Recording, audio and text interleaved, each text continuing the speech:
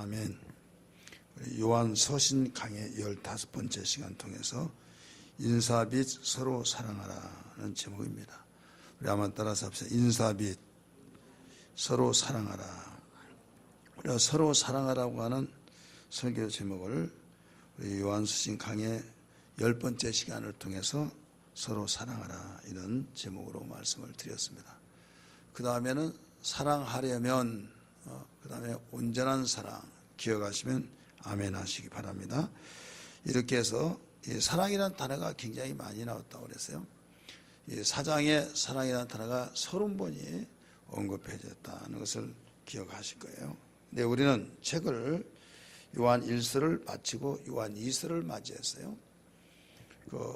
근데 요한이 5권을 성경을 기록을 했는데 하나는 요한복음, 하나는 서신서 3권, 그 다음에 계시서 요한계시록 1권 해서 5권을 기록을 했어요.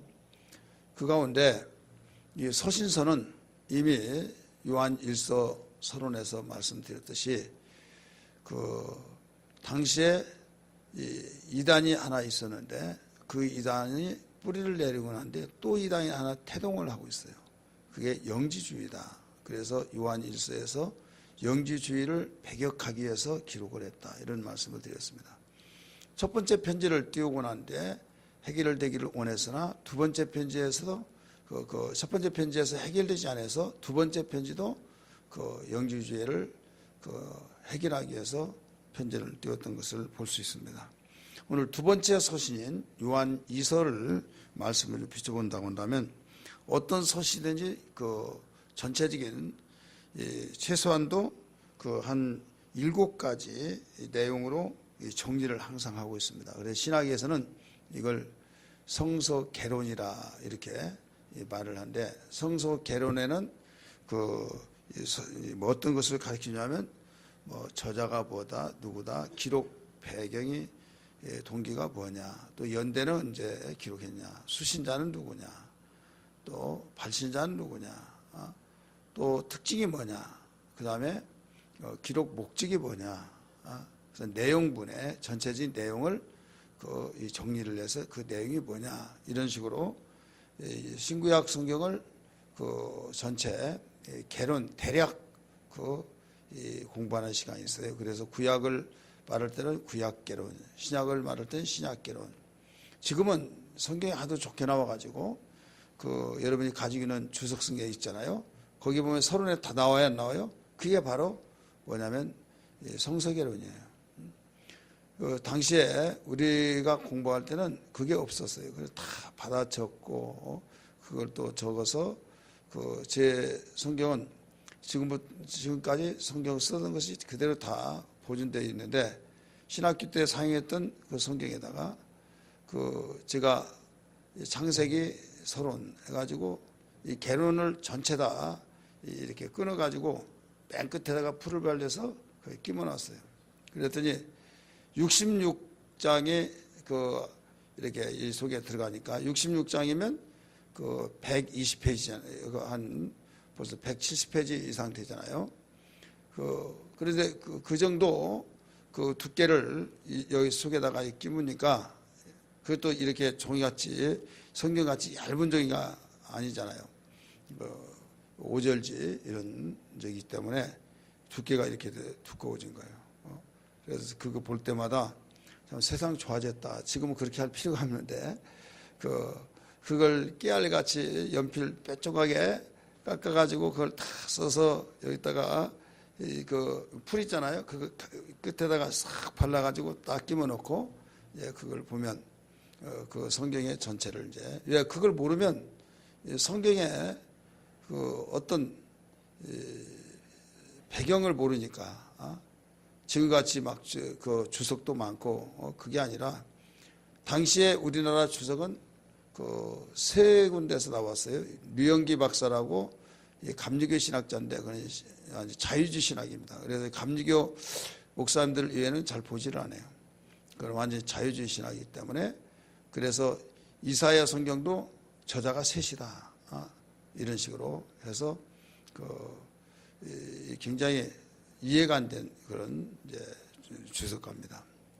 근데 또 하나는 박윤선 박사라고 장로교 보수주의인데 그분이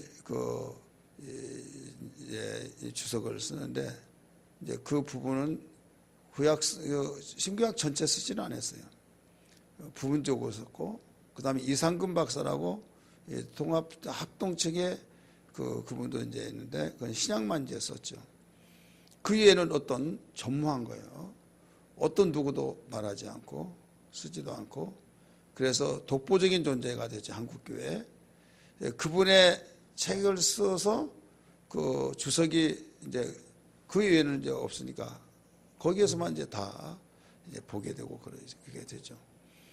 그런데 지금은 여러분이 지금 가지고 있는 성경 보면 서론에 대해서 또 왜 기록되느냐, 저자는 누구다, 수신자가 누구냐, 또 언제 기록됐냐, 기록 목적이 뭐냐, 특징이 뭐냐, 내용분에 이런 내용들이 다 나와 있어요. 그래서 신학을 안 다녔지만은 신학 다니는 사람보다 더 좋은 그런 현재 입장을 취하고 있죠. 자, 그러면 우리 1서에서 말씀을 드렸지만은 책이 한 권 바뀌었잖아요. 지금 2서니까 2서를 우리 비추면서 더 짧은 불과 13절까지 뿐이 아닙니다. 13절까지 뿐이 없는데 신약성경에서 가장 짧은 책이 요한 2서예요. 한 장도 아니잖아요. 반장이잖아요. 한 페이지 한 면도 빡빡하게 한 면이 아니에요. 불과 13구절이 서신 하나예요. 그렇지만은 어쨌든 66권 중에 한 권이거든요. 그래서 우리 한 권 다 읽기 운동합시다. 한 5분 만에 다 읽읍시다. 그러면 어디 읽어요? 구약성경 우리 제일 우리 한 권씩 읽읍시다. 그러면 어디 읽어야 해요? 몰라요. 오바댜가 아주 짧죠. 시편 중에서 제일 짧은 이것은요. 몰라요? 숙제요. 자, 이렇게 해서 이게 이제 우리 서론을 비춰보면 신약 성경에서 정경이라, 구약도 정경이란 말을 여러분 많이 들었죠. 정경이란 원어에는 카논이라는 뜻입니다. 카논. 여러분 옛날 캐논 카메라 많이 들었죠. 캐논이라고 하는 카메라 굉장히 유명해요. 또 굉장히 제품 좋습니다. 근데 그 캐논이라고 하는 단어가 무슨 단어인가? 아세요? 예? 뭐요? 우주? 예, 그래요? 고둔차라는 뜻입니다. 고둔차. 그래서 고둔 막대기. 그리고 그것은 정경에 이제 사용하는 말이거든요. 책들이 굉장히 많이 있으니까 지금같이 우리가 27권만 있는 것이 아니라 허마의 목양서, 허마라고 하는 전도자가 있어요. 또 바룩서, 우리 구약성에 바룩 있죠. 바룩서, 또 디모데 여러분 잘 아시잖아요. 예수님 밤중에 만나던 디모데 복음서 이런 것도 있어요. 그래서 크게 나눠서 성경이 정경, 그 다음에 예경, 그 다음에 유경, 그 다음에 가경이 있어요. 우리가 가지고 있는 성경은 정경이에요. 근데 우리는 66권이지만은 천주교에서는 72권입니다. 왜 이렇게 72권이냐? 기독교에서 예경을 그들은 정경으로 인정하고 받아들이고 있어요.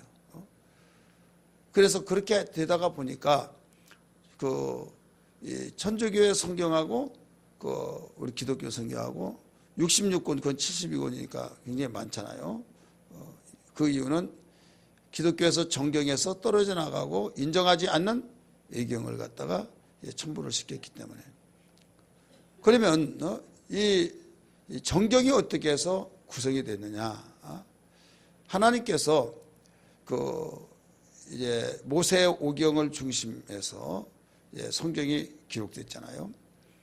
그 다음에 구약 성경은 신약 성경이 있기 전에 이미 39권이 정경으로 오래전부터 자리를 잡았어요.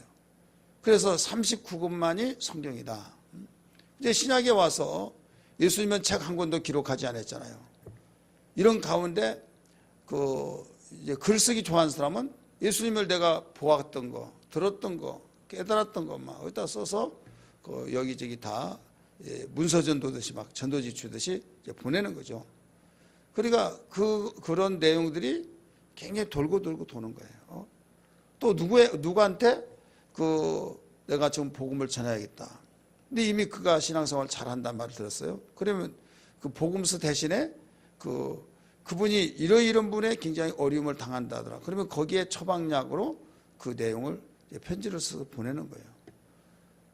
그렇게 하다가 보니까 종종 저한테 수신자도 없이 아니 발신자도 없이 편지가 많이 와요. 뭐 뜯어보나마나 또 누구에서 오느냐, 신천지에서 와요. 신천지에서 이제는 손편지가 없어졌잖아요. 그러니까 글씨도 정말 못 써. 나도 못 쓴데 참 글씨가 깔끔하게 너무 이쁘면 읽기도 전에 읽고 싶은 거 있잖아요. 근데 그만큼 못 쓴 사람이 편지를 써요. 왜 그러냐? 지금 기계화가 되어서 이제 프린터로 나온 그것을 통해서 다 글을 쓰지 손으로 쓴 것이 없어진지라 손으로 쓰는 편지를 이제 띄우라. 이만희 씨가 다 명령을 했어요. 그래서 이만희 하나님이 당신의 자녀들에게 말을 하니까 완전히 그 자녀들이 아멘하고 막 다 받아진 거죠. 그래서 이제 기독교 목사든 장로든 장로님 못 받았어요? 예. 그래 해서 보냅니다.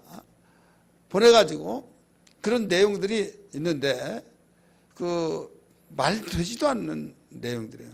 그러면 받아들이겠어요? 안 받아들이겠어요? 그러면 한 번으로 끝나버린 거예요. 마찬가지로 신약 시대 때도 예수님이 하나님 말씀을 전했던 말씀을 이제 복음서가 돌아다니고 또 복음서가 지금 우리 사복음서가 돼 있잖아요. 그런데 니고데모 복음서도 있고 이런 복음서가 또 많이 있었어요. 그런 내용들을 이렇게 읽어보면 예수님이 정말 이렇게 했을까? 나 한 번도 안 들어봤는데 이런 내용들도 있다 이거죠. 제가 종종 이런 말 했죠. 예수님이 유년시 때 친구들하고 노는데 진흙을 이렇게 해서 새를 만들었다. 새를 똑같이 우리 날려보자. 나는데 다른 아이들 것은 진흙으로 그냥 툭 떨어져서 납작고가 됐는데 예수님이 석고로 새를 만들었다. 그랬더니 날아갔다. 그리고 베드로 이제 예수님이 그 제자들에게 이리 다 오너라 해서 왔는데 돌멩이를 주워 가지고 오라. 그러니까 다른 지자들은 다 막 끙끙거리고 돌을 주워오니까 막 이따만큼 막 큰 것도 어떤 사람은 조그마한 거 어떤 것은 이렇게 큰 거. 근데 베드로는 그냥 와가지고 그냥 싱글벙글 막 이러고 있단 말이에요. 그러니까 왜 돌 안 주워왔냐고 그러니까 주워왔다. 뭐 어딨냐? 다 있는 법이다 하면서 그래서 나중에 너희들 다 돌 가지고 왔냐? 했더니 가지고 왔다 이거죠. 다 일렬로 서봐라. 딱 이제 서서 돌을 다 내봐라. 했더니 돌을 딱 내놨어요. 다른 사람 막 바위덩어리고 막 큰 것을 막 굴려가지고 오고 막 얼마나 힘들었겠어요. 그렇게 늦게 온 사람들 보면 베드로가 어휴 참 바보들 답답하네. 예수님이 그 크기가 몇 센치 무게가 몇 킬로짜리 그런 말하지 않으세요. 돌은 조그마한 것도 다 돌이니까 자기 굉장히 똑똑한 체 하면서 그런 가운데 늦게 가지고 온 사람 보면 비웃었단 말이에요. 근데 돌멩이 내라고 했더니 나중에 쭉쭉쭉쭉 보면서 베드로 너는 왜 돌 없어? 예 여기 있습니다. 호주머니에서 딱 해가지고 조그마한 공깃돌 같은 거 내는 거야. 그래가지고 그 돌 가지고 또 얼마나 힘들겠습니까? 또 때도 지났는데 예수님이 축사하시고 먹어라 했더니 그 떡이 돼서 먹었단 말이고. 근데 예수님이 그 떡 돼서 이제 먹으라고 하는데 다른 제자들 막 이렇게 큼직한 것은 막 얼마나 많이 먹겠습니까? 근데 자기는 이거 옳다고 먹어보니까 아무것도 없으니까 이럴 줄 알았으면 큼직한 것 가지고 그걸 막 한 번만 더 시키면 내가 큰 것 가지고 있다. 그래서 다 먹고 나서 그 원치에 기를 안 주실까 하는데 예수님이 다 모이라고 다시 돌을 가지고 오라고 하더라 이거죠. 그래서 너무 좋아가지고 다른 자 다 왔는데 베드로가 안 오더라 이거죠. 나중에 봤더니 막 이따만한 것을 막 굴려가지고 하는데 그래서 그 예수님이 기도를 하시더니 자 이제 던져라 하더라고요. 그런데 조그마한 거 가지고 지난번에 보았더니 베드로가 막 조그마한 거 가지고 그 했는데 우리 조그마한 거 가지고 가자 그러자 해서 이제 가지고 이제 가는데 던지라고 하니까 막 조그마한 더 많이 나가잖아요. 베드로는 막 던지라고 하니까 어떻게 그래서 베드로를 처음부터 자만하고 교만하고 그래가지고 깨트리셨다 이거죠. 그런 이야기 재밌어요 안 재밌어요? 재밌죠. 근데 그런 것이 도대체 어디에 나왔냐 이거지. 성경에 어디에 나왔냐. 근데 이게 가경에 나오고 그 유경에 나오고 이런 데 나온 거예요. 그러니까 그런 내용을 읽어봤는데 검증이 되지 않아요. 검증이 어디서 나왔냐. 그래서 가장 그 인정이 되어진 것은 4단계를 거쳐요. 우리 두란노에서 다 배웠던 내용이지만은 배웠는데 하도 오래돼 가지고 잃어버렸을 거예요. 정리한다 생각하세요. 첫째는 역사성이 있어요. 뭐가 있어요? 역사성. 역사적으로 맞냐 틀리냐. 역사성이 없으면 1차적으로 떨어져 봅니다. 정경에 들어갈 수가 없어요. 역사성이 딱 되고 난데 두 번째 내용이 정말 예수님이 하신 말씀의 내용이냐 이거예요. 이게 사실이냐 아니면 교훈적이냐. 아무리 교훈적이라도 사실이 아니면 이건 성경에 들어갈 수가 없는 거예요. 그 다음에 세 번째는 그 영감설이에요. 이 영감성인데 이 영감이 있어서 읽어지면 읽을수록 정말 눈물이 나고 가슴에 파고 들어오고 두렵고 떨리기도 하고 굉장히 그 성경만 읽으면 굉장히 은혜스럽다 이거죠. 그러면 눈물이 울컥 나오면서 막 나의 교만한 것이 회개가 되어지고 또 자기의 절망 좌절 속에 있는 사람이 소망이 되어지고 1호의 하나님을 만나게 되어지고 그렇게 되어진 거예요. 그 다음에 아무리 그런 것이 있다 할지라도 사도성이 인정되지 않으면 사도 예수님의 12제자 중에서 한 명이 나고자 됐죠. 11명. 그래서 11명 사도가 이걸 인정해 줘요. 무슨 인정이냐. 그 사건이 맞다 아니다 이것을. 그래서 그 사도들이 아니라고 하면 이것은 딱 잘라진 거예요. 맞다고 하면 그게 이제 정경으로 들어온 거예요. 그래서 이 네 가지에서 합격이 돼야만 인정이 돼야만 정경으로 딱 채택이 된 겁니다. 그 중에 하나도 안 되면 정경이 될 수가 없어요. 정경에서 그 역사성도 있는데 영감성이 없으면 거기에서는 예를 들어서 그 역사성, 내용, 그 다음에 사도성까지 있는데 영감성이 없다. 이런 한다고 한다면 외경으로 이제 떨어지죠. 근데 이 가경은 뭐냐면 교훈적인 것이 많아요.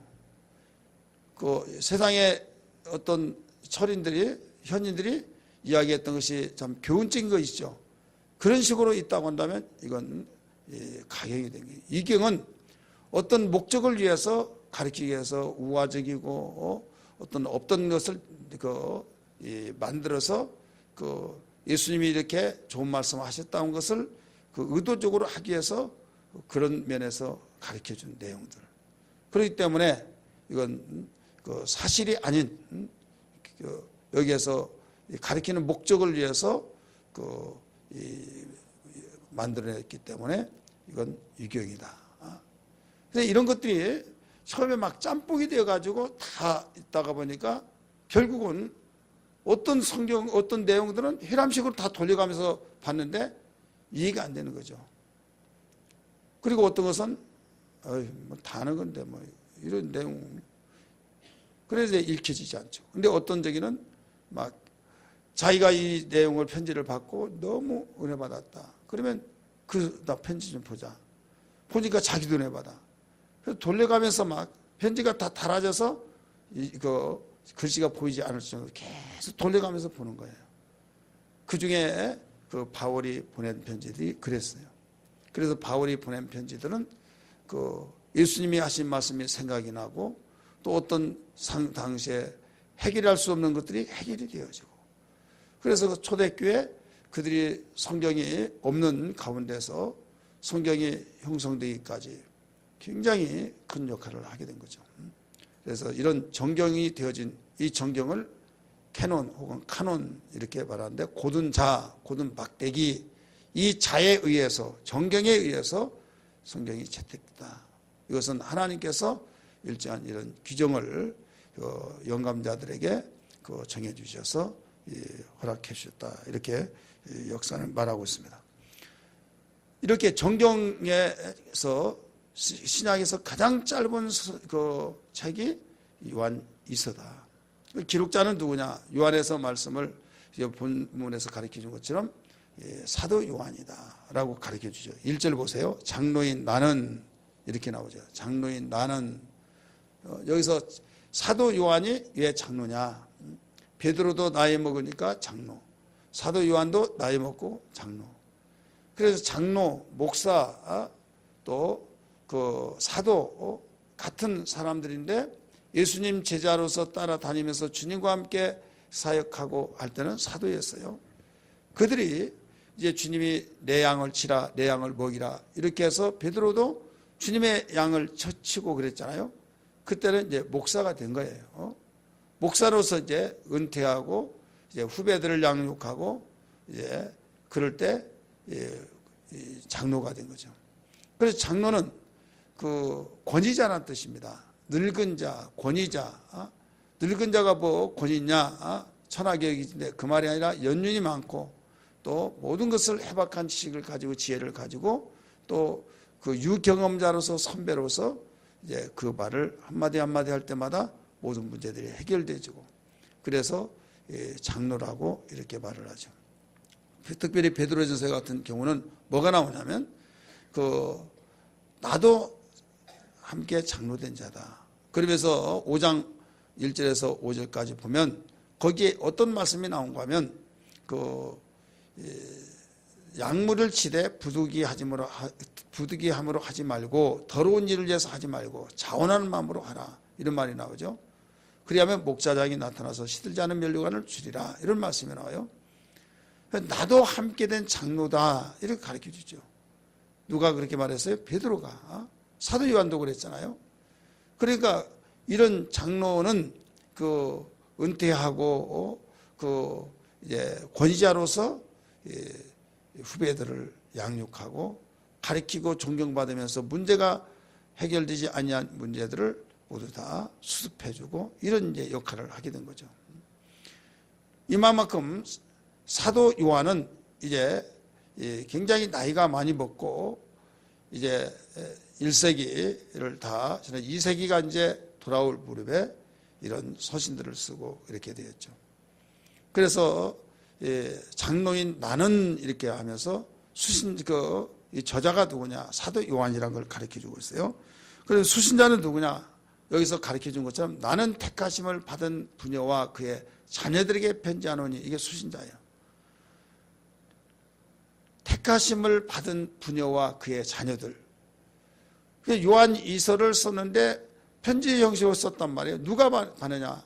받는 그 수신자는 택하심을 받은 부녀 그리고 그의 자녀들 이렇게 되죠. 그 택하심 받은 자가 누구냐? 그건 모르겠다. 특별히 택함 받은 누구라고 했는데 지금까지 누구라고 말을 전해준 사람이 없다.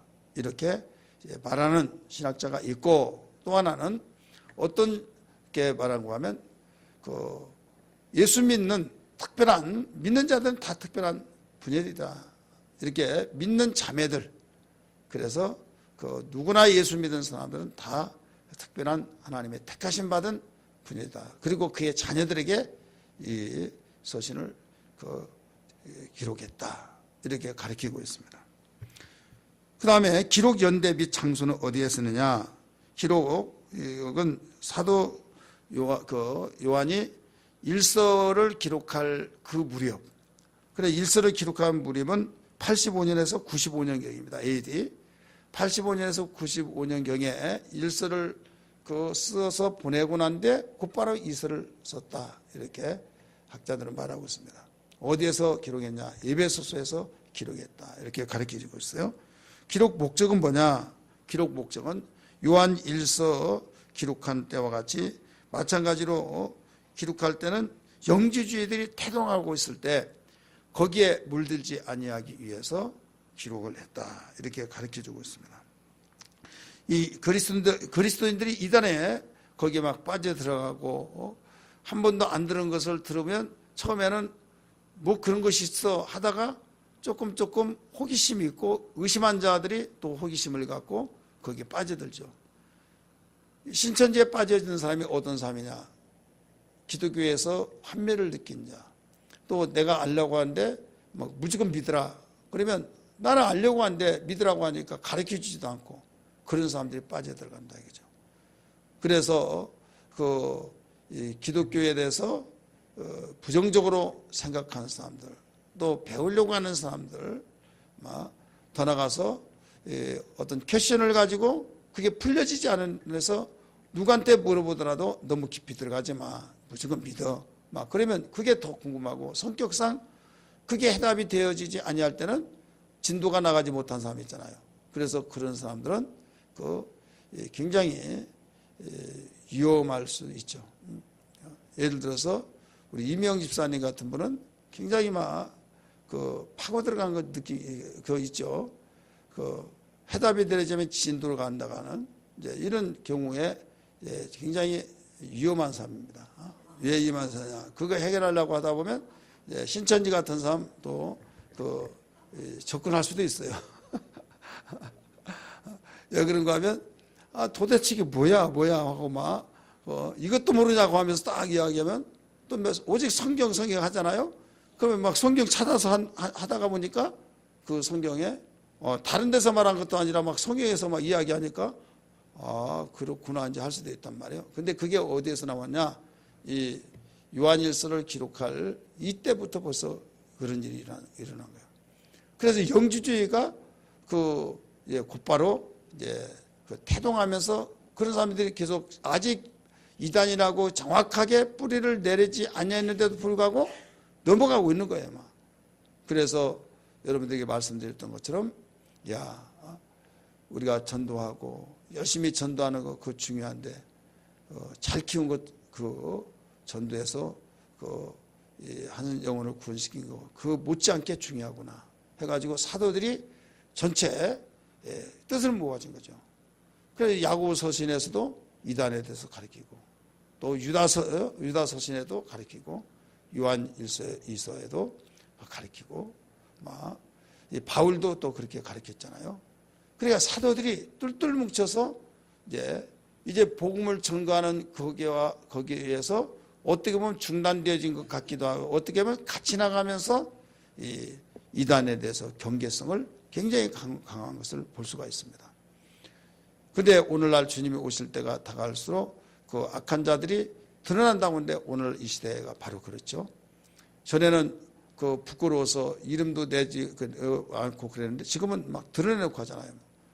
깽가리 치고 푸는서 날리면서 봐라 하면서 내놓고 이렇게 과감하게 전도하는 것을 볼 수가 있어요. 오늘 우리는 이런 일들을 비춰보면서 이 초대교회 영지주의가 태동할 그 무력과 지금의 신생 이단들이 태동하는 것과 다를 바가 뭐냐? 목적은 그들이 영지주의든 다른 이단이든 영혼을 사냥하는 거예요. 따라서 영혼을 사냥하는 것이다. 그래서 영혼을 사냥하고 결국 가정을 파괴하고 사회를 문란하게 만들고 이렇게 되어지죠. 그래서 꼭 우리 이 눈이 열려져서 분별이 돼야 될 줄 믿습니다. 믿으시길 바랍니다. 내용 분해는 뭔가 하면 1절에서 3절까지는 인사를 했어요. 그 다음에 4절에서 6절까지는 사랑하라 이런 내용입니다. 그 다음에 7절에서 11절은 적그리스도를 삼가하라 이런 내용이고 마지막 12절 13절은 이 소원과 문안에 대해서 가르쳐주고 있어요. 이것을 내용 분해라 이렇게 말해요. 오늘 그러면 우리 첫 시간을 통해서 그 요한 2서 첫 시간 통해서 서로가 우리 성도들이 사랑을 해야 하는데 성도가 사랑해야 할 이유가 뭐냐 이게 이유. 자, 성도가 사랑해야 할 이유. 사도 요한은 1서에서도 서로 사랑하라 이렇게 가르쳐 주잖아요. 사랑하려면 완전한 사랑 이면에서 이미 말씀드렸잖아요. 근데 사도 요한 2서에서도 또 서로 사랑하라는 거죠. 우리 성경 다시 봅니다. 몇 절 말씀 보면 5절 말씀 시작. 부녀여 내가 이제 네게 구하노니 서로 사랑하라. 서로 사랑하자 이렇게 나오죠. 이는 새 계명같이 네게 쓰는 것이 아니요 처음부터 우리가 가진 것이라. 자, 서로 사랑하라 하자 이렇게 나와요. 그러면 서로 사랑하자 이렇게 말씀하시는데 그 사랑해야 할 이유가 뭐냐? 첫째로 진리 때문이다. 따라서 진리 때문이다. 우리 1절 2절 말씀 봅니다. 1절 2절 시작. 장로인 나는 택하심을 받은 부녀와 그의 자녀들에게 편지하노니 내가 참으로 사랑하는 자요 나뿐 아니라 진리를 아는 모든 자도 그리하는 것은 우리 안에 가여 영원히 우리와 함께 할 진리로 말미암으니로다. 이게 나오죠. 진리 때문에 사랑한다는 거죠. 이 특별히 여기에 이 진리라고 하는 그 단어 앞에 정관사가 붙어서 원어에 보면 정관사가 붙은 것은 뭐냐면 그 진리 이 말이에요. 당시만 하더라도 그 진리에 대해서 확실히 모르는 사람들은 진리가 세 가지, 네 가지로 막 나눠지잖아요. 속담도 진리다. 예. 변치 않는 자체가 진리니까 동에서 해 뜨면 서로 진다. 뭐 지금까지나 지금이나 앞으로도 계속되어질 것 같은 진리죠. 그 다음에 한 번 죽는 것은 다 끝난다. 진리인 것 같이 느껴지죠. 콩심대 콩나고 뭐 이런 파심대 판난다. 다 진리. 자연 법칙의 진리. 이런 식으로 또 학자들이 말한 그 공식적인 거 진리 막 이렇게 하다 보면 분야별로 나눌 때 진리가 얼마나 많으냐 이거죠. 그런데 여기에서 이 성경에서 사도 요한이 말하는 서로 사랑하자라고 하는 그 말 이유가 뭐냐? 사랑해야 할 이유가 뭐냐? 그 진리 때문이다. 예수님이 입에서 나오시는 말씀 진리. 바로 우리 기독교에서 성경이 증거하고 있는 그 진리 때문에 사랑하는 것이다. 이렇게 가르쳐주고 있어요. 그래서 한마디로 말해서 우리가 진리와 함께하기 때문이다. 이렇게 나왔는데 진리와 함께하지 않는 사랑은 사랑이 아니다. 이거죠. 한마디로. 따라서 합시다. 진리와 함께하기 때문이다. 진리 때문에 서로 사랑한다. 두 번째는 진리와 사랑 가운데 거하는 자는 은혜와 긍휼과 평강을 내려주신다. 자, 진리와 함께 우리가 사랑에 거하는 사람은 하나님의 은혜가 주어진데 은혜와 그 다음에 뭐라고 했어요? 긍휼과 평강을 주신다. 이렇게 가르쳐 줬어요. 3절 같이 읽습니다. 시작. 은혜와 평강, 긍휼과 평강이 하나님 아버지와 아버지의 아들 예수 그리스도로부터 진리와 사랑 가운데서 우리와 함께 있으리라. 이렇게 나오죠. 한마디로 말해서 진리와 사랑 가운데 거한 자는 누구나 은혜, 긍휼, 그 다음에 평강이 있게 되어 있다. 하나님께로부터 우리에게 주셨기 때문에. 진리의 사랑 가운데 거한 자는 아버지와 예수 그리스도 아들, 하나님의 아들로부터 은혜와 긍휼과 평강을 주셨다라고 가르쳐줬잖아요. 그렇기 때문에 우리는 예수 믿고 서로 사랑하면 진리 가운데 가는 사람으로서의 하나님께로부터 긍휼하심을 입니다. 이거죠. 따라서 긍휼의 은혜. 그 다음에 뭐예요? 그 다음에 평강의 은혜. 그 다음에요. 하나님의 은혜. 그래 은혜, 긍휼, 평강. 여러분 아침에 이슬이 내리지 아니하면 곡식은 자랄 수가 없어요. 아무리 가뭄 때라도 이슬이 아침에 맺혀집니다. 그럼 그걸 먹고 곡식이 자라는 거예요. 근데 이슬만 가지고도 안 될 때 이제 적게 늦은 비와 이른 비와 늦은 비가 주어지죠. 근데 늦은 비와 이른 비 속에서 늦은 비가 늦게라도 와야 하는데 오지 않았다. 그래 버틸 수 있는 힘이 어디에서 나오냐? 이슬이에요. 이슬이 많이 될 때는요, 그 풀과 풀 사이에, 곡식과 곡 사이에 가면요, 옷 아침에 가면 다 젖어버립니다. 완전히 물에 빠진 것 똑같은 거예요. 야, 하나님이 정말 멋지시구나. 이 곡식을 위해서 이렇게 이슬을 내리시구나. 이걸 알 수 있어요. 저는 그걸 볼 때요, 하나님께서 적게 파종할 수 있도록 이른비를 주십니다.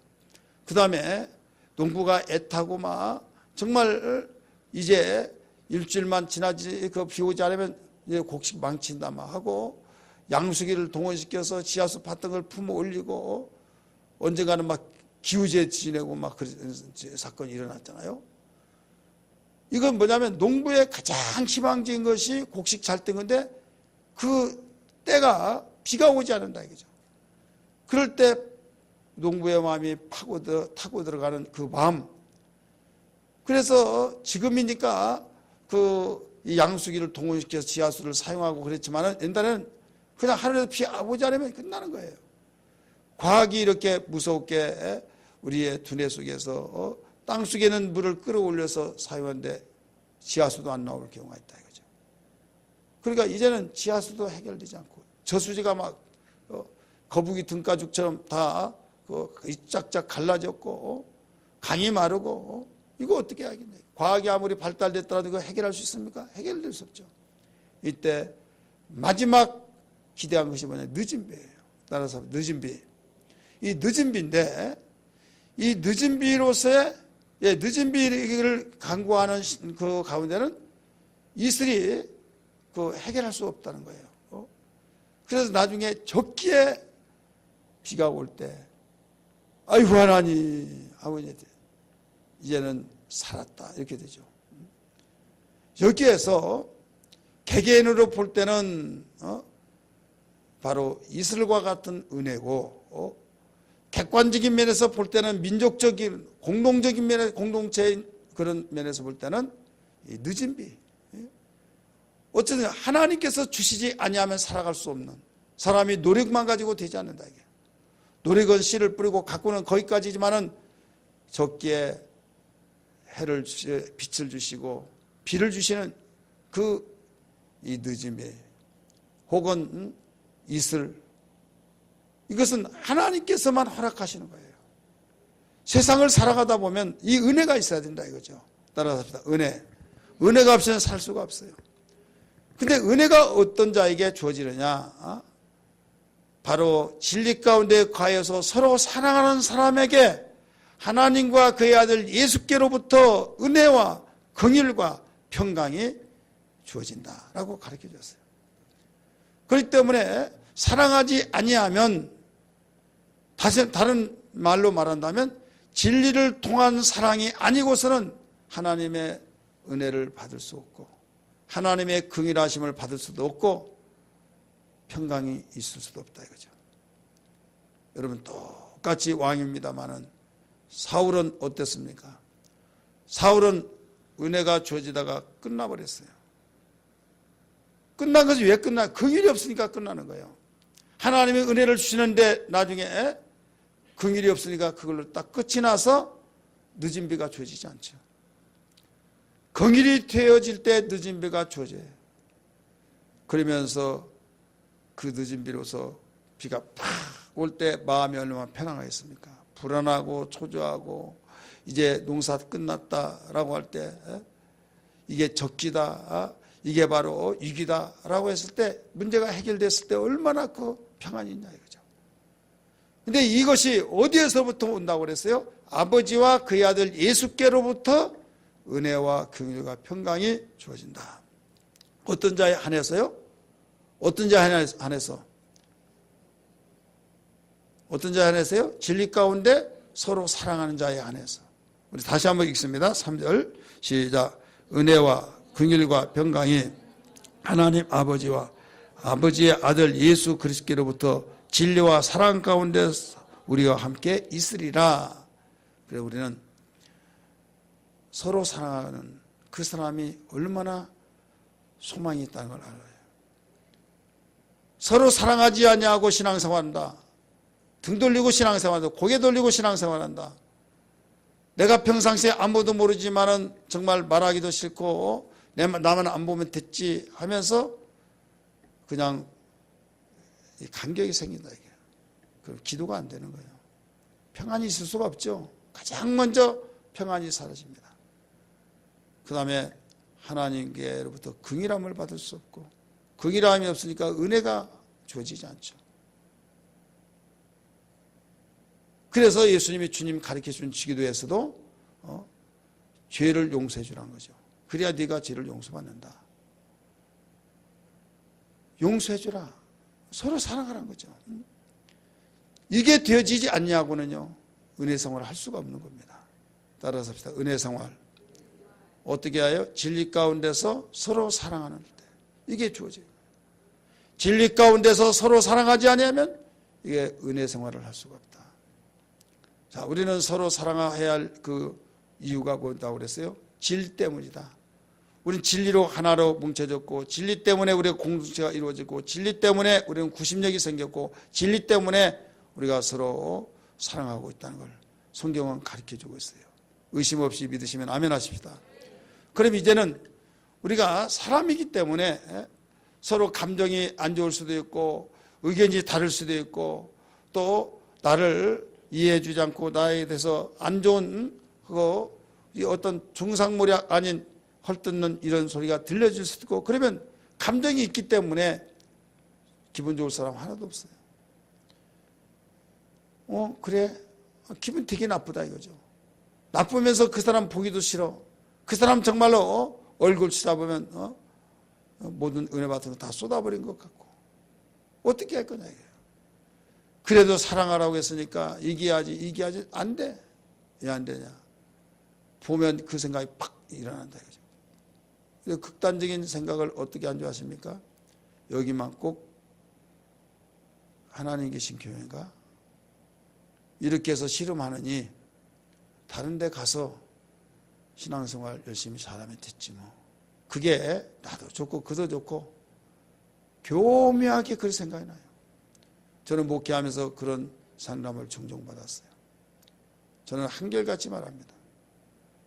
어느 교회로 갈는지는 모르겠지만은 그 교회 가려고 하는 그 교회, 하나님과 우리 예구한교회 하나님과 다르냐? 그러면 똑같다는 거예요. 그러면 똑같으면 거기에 있는 하나님이 이 사실을 아느냐 모르냐? 안다는 거예요. 그래도 목사님 거기는 모르니까 괜찮다는 거예요. 처음에는 한두 달 좋을 것이다. 그러나 나중에 시간 지나면 여기에서 감정이 안 좋으니 그 사람보다 더 큰 사람 만난다. 어떤 사람 만나요? 더 큰 거 만난다고 그랬어요. 제가 집사님 붙잡아 매기해서 그런 것이 아니라 가려면 이걸 다 풀고 사랑하고 아무 거리낌이 없고 정말 사랑하는 그 마음이 생기면 그때 가라. 그때 말하라 그래요. 그 해결되면 왜 가요? 안 가면 더 좋고 내가 그랬잖아. 안 가면 더 좋고. 근데 지금까지 그것 때문에 간 사람은 기억이 잘 안 나요. 그럼 어떻게 해결되느냐? 다른 것 때문에 금식 철야 하지 말고 이것 때문에 금식 철야를 해봐라. 그래야만 모든 걸 풀어가고 뚫어가고 열어가는 열쇠가 된다라고 말했어요. 사실 그렇습니다. 거기에서 한번 맺기면요, 다른 데로 가서 이제 만났을 때 어떤 장모, 너무 좋아하는데 나중에 또 거기 또 다른 데로 가요. 왜? 이관께서 했던 그 성에는 아무것도 아니고 거기는 더 아주 막 악랄하더만 막 하면서 더 그만하고 그자머니 말 했지 않느냐라고 하면 그런 줄은 몰랐지 막 하면서 다른 데 다 또 돌아다니 보면 나중에 나도 교회 다니면 다 도둑놈들이고 다 나쁜 놈이고 다 저기 하고 그래서 나 교회 안 나간다. 그래서 안 다녀버린다는 거죠. 여러분, 어떤 문제든지 피하려고 하지 말아라 이게. 피하려고 하지 말고 바로 이겨내라고 그래요. 이겨내라 이게요. 따라서 이겨내자. 그래서 이기는 자에게는 이렇게 나오잖아요. 성경은 이기는 자에게는 이기는 자에게 칭찬 듣는 교회나 책망 듣는 교회나 칭찬 책망 같이 받는 교회나 동일하게 요한계시록 2장 3장은 교회의 시대를 가리키고 있는데 동일하게 가르쳐준 것은 이기는 자에게 이렇게 나오잖아요. 이기지 못하면 우리는 안 된다 이거죠. 다른 건 다 이기게 했는데 이것만은 못 이겨요. 그러면 하나님이 감당할 것만 허락하신다고 그러는데 못 이길 거 주십니까? 아니거든요. 따라서 합시다. 어떤 것이든지 이길 수 있다. 특별히 보세요. 다른 거 사업을 위해서 아니면 나 자녀를 위해서 내가 어떤 직장을 위해서 그런 면에서는 몸부림해서 막 금식해 했다고 하지만은 나는 이번에는 사랑하기 위해서 내가 간다 하면 하나님이 얼마나 기특하길까요?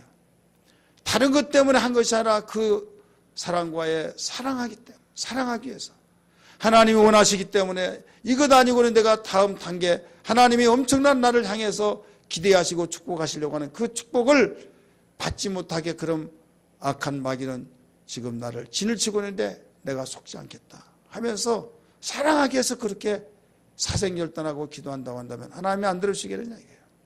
제가 제 간증 이야기 수없이 많이 했잖아요. 저는 그런 경험이 있었기 때문에 과감하게 확신하게 이야기할 수 있어요. 새벽 기도 나오고 거짓말 그렇게 잘하고 목사님 들 때는 뭐 안녕하세요 목사님 하는데 들려진 말에 완전히 그 인사도 한다고 사모가 인사도 한다고 그래서 내가 얼마나 막 얘 인사 안 하고 얘 그런 소리 나오더니 무슨 인사를 안 했냐고 여차서 말했더니 했다는 거죠.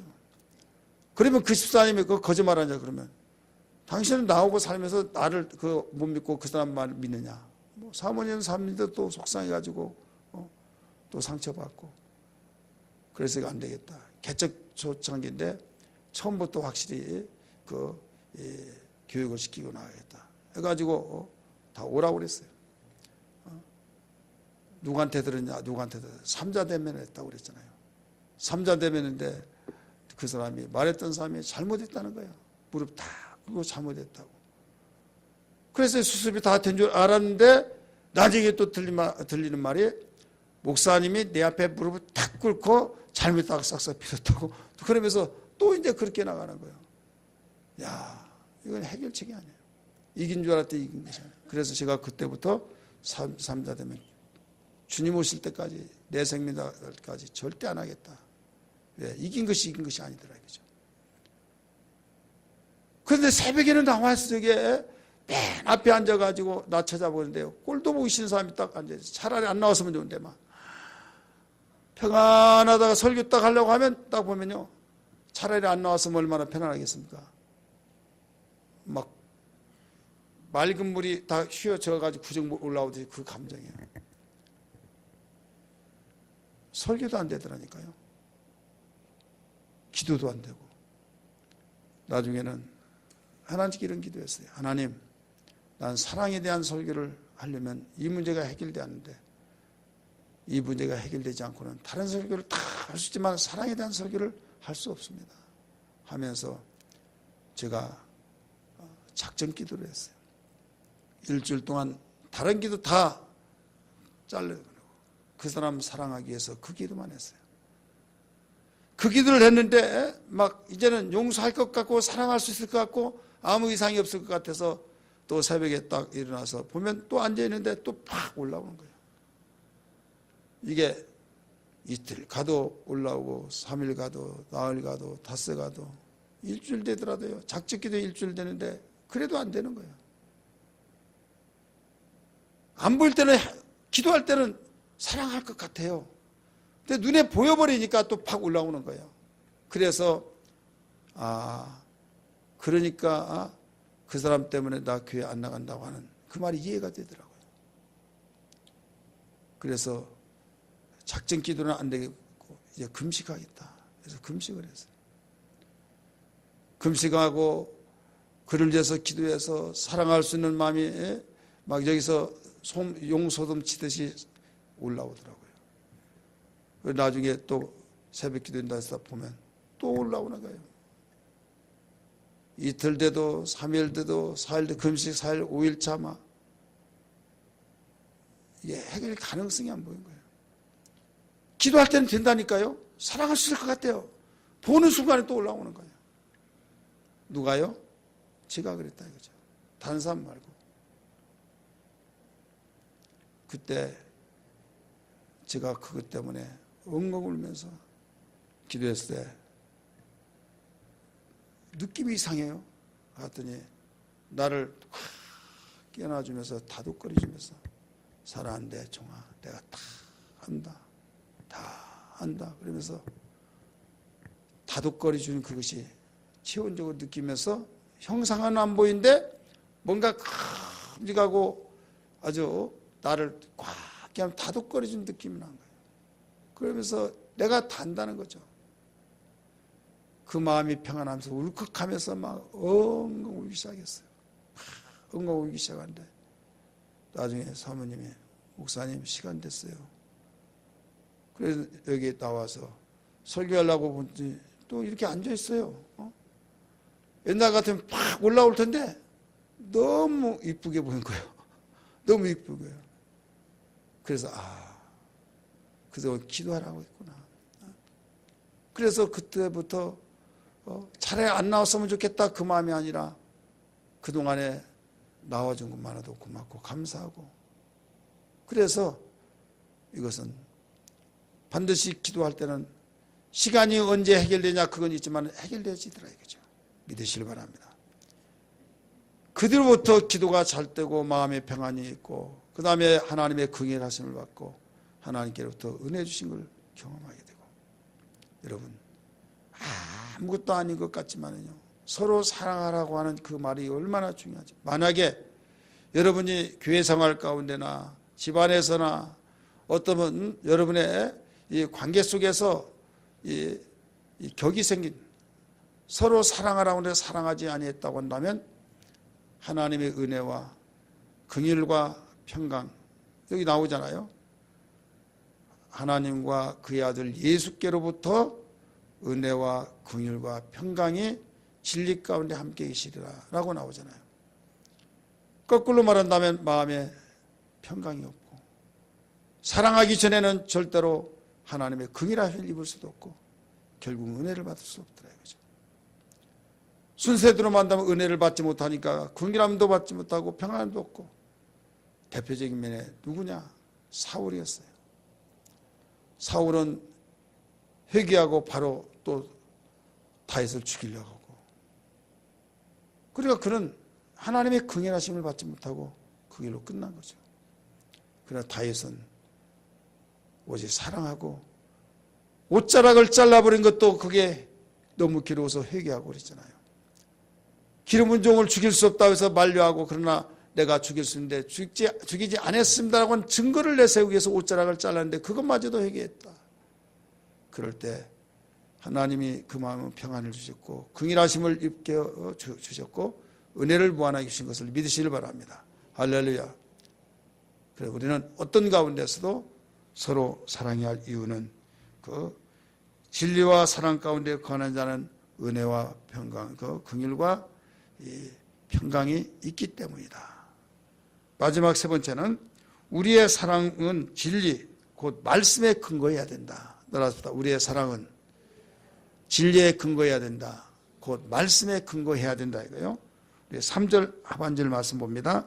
시작. 은혜와 긍휼과 평강이 하나님 아버지와 아버지의 아들 예수 그리스도로부터 은혜와 사랑 가운데서 우리와 함께 있으리라. 함께 있으리라 나오죠. 말씀에 근거하지 않은 사랑은 거짓된 것이기 때문에 그렇다 이거예요.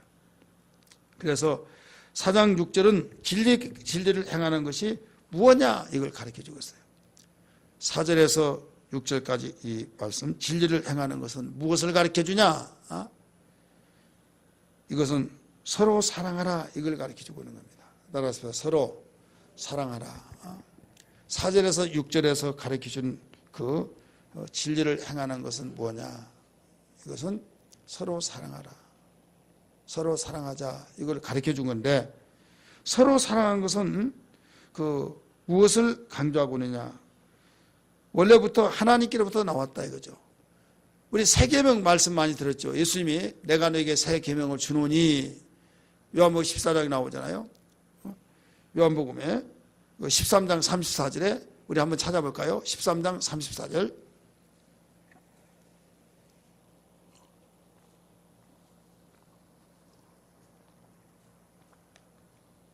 읽으시길 바랍니다. 13장 34절 시작.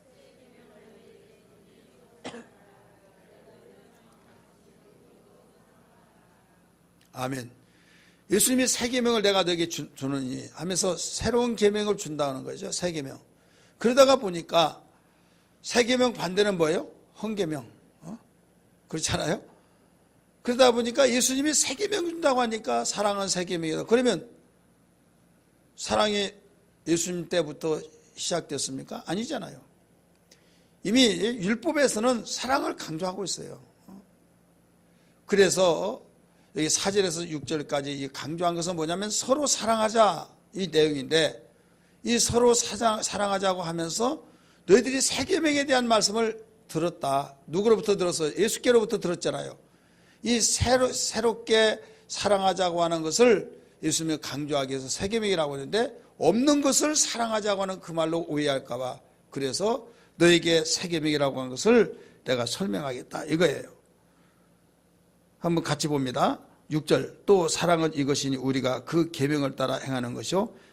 그 다음에 뭐랬어요? 계명은 이것이니 너희가 처음부터 들은 바와 같이 그 가운데서 행하라 하심이라.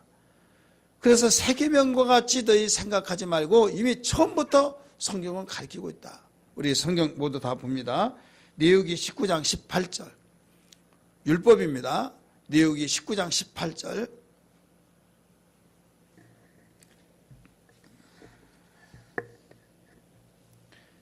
같이 읽습니다. 시작.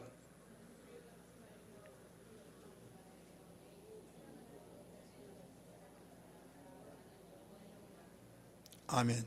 거기 뭐가 나와요? 원수를 갚지 말며 동포를 원망하지 말며 네 이웃 사랑하기를 네 자신과 같이 사랑하라. 나는 여호와니라. 이거 나오잖아요. 이미 새 계명을 주시기 이전에 서로 사랑하라고 가르쳐줬다 이거죠. 근데 사랑하라고 가르쳐줬는데 사랑을 못해. 그래서 예수님은 이웃을 막론하고 사랑하라. 내가 새 계명으로 내게 말한다 그래요. 새 계명으로. 율법에서 말했다라고 생각하면서 이건 율법이야. 율법이니까 이건 안 지켜도 돼. 그렇게 말을 할까봐 예수님은 그 율법이 증거하고 있지만은 내가 그 계명을 다시 너에게 말한다. 이건 새 계명이다 이거예요. 그래서 새 계명이기 때문에 이 새 계명이라고 하는 것은 예수님 시대부터 나온 것이 아니라 이미 그 이전부터 있었다 이거예요.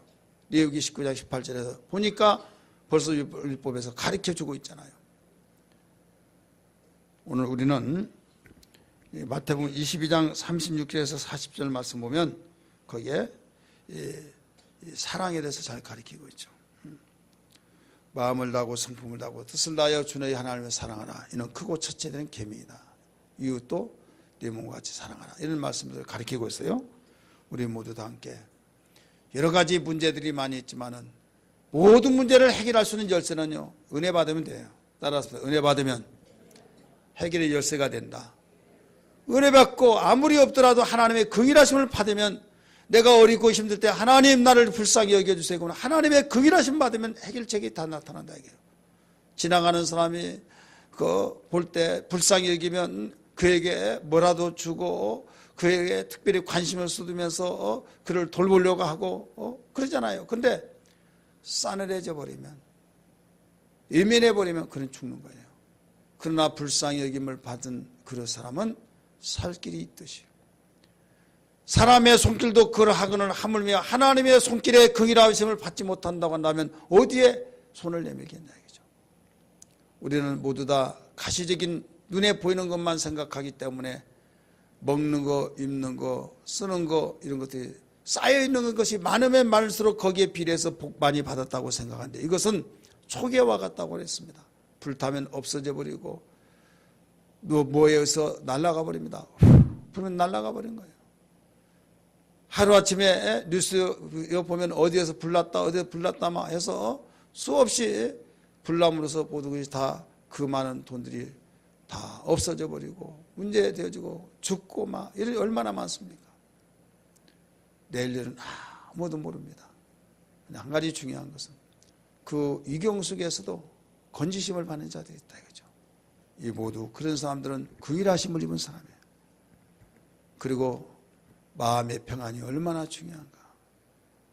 하나님과 그의 아들 예수 그리스도로부터 은혜와 긍휼과 평강이 진리 가운데 행하는 그에게 함께함이라 하고 나온 것처럼 하나님께부터 은혜, 긍휼, 평강 이것은 서로 사랑할 때 나온다.